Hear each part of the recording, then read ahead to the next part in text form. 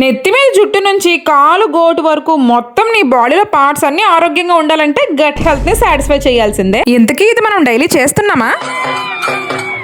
ఇంతకీ గట్ అంటే ఏంటి, దానికి బాడీ పార్ట్స్ కి సంబంధం ఏంటి, సోది చెప్పకుండా పాయింట్ రా అంటారని నాకు తెలుసు.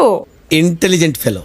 గట్ అంటే డైజెస్టివ్ సిస్టమ్ లో ఒక part. Stomach, intestines. Simple logic. ఇంట్లో ఎలా అయితే మీ భార్య హ్యాపీగా ఉంటే ఇల్లంతా హ్యాపీగా ఉంటది, మీ పొట్లో కూడా అంతే. గట్ హెల్తీగా ఉంటే బాడీ మొత్తం హెల్తీగా ఉంటది. ఎందుకు?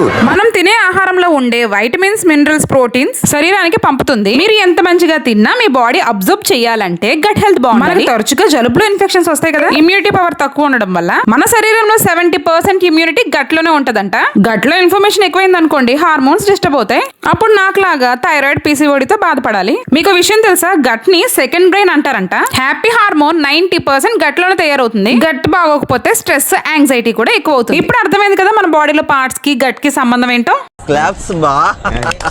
మనకి గట్ బాగాలేదు అనుకోండి, తరచుగా bloating, gas, constipation or loose motions, skin acne, hair fall, అలసట ఇవన్నీ మీ ఫ్రెండ్స్ అయిపోతాయి. గట్ హెల్త్ బాగుండాలంటే ఏం తినాలో చెప్తాను.